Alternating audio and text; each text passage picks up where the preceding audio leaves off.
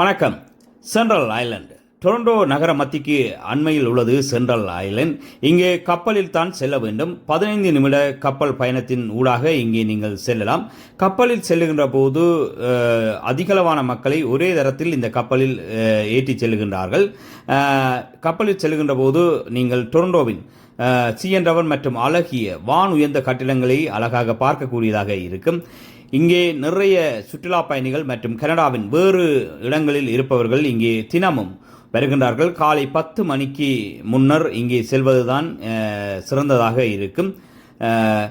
சிறுவர்களுக்கான பூங்கா ஒன்று இருக்கிறது. அங்கே 30க்கும் மேற்பட்ட சவாரிகள் இருக்கின்றன. இவற்றை விளையாடுவதற்கு நீங்கள் கட்டணம் செலுத்தி டிக்கெட்டுகளை பெற்றுக்கொள்ள வேண்டும். பெரியவர்கள் இலவசமாக இவற்றை பார்க்கக்கூடியதாக இருக்கும்.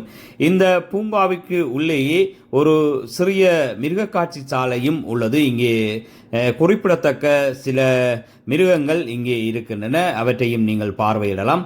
டொரண்டோ சென்ட்ரல் ஐலண்டில் படகுகளை வாடகைக்கு பெற்றுக்கூட நீங்கள் இந்த தீவினை சுற்றி பார்க்கக்கூடியதாக இருக்கும்.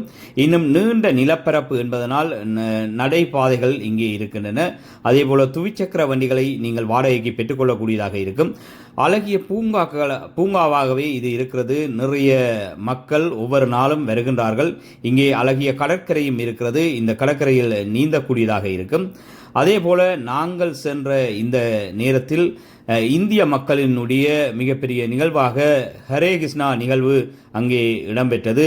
நிறைய இந்திய மக்கள் அங்கே அந்த நிகழ்வில் பங்கு பெற்றிருந்தார்கள். அவற்றையும் பார்க்கக்கூடியதாக இருந்தது. ஒரு நாள் பொழுதினை குடும்பத்தோடு மகிழ்வாக கொண்டாட சிறந்த இடமாகவே இது இருக்கிறது.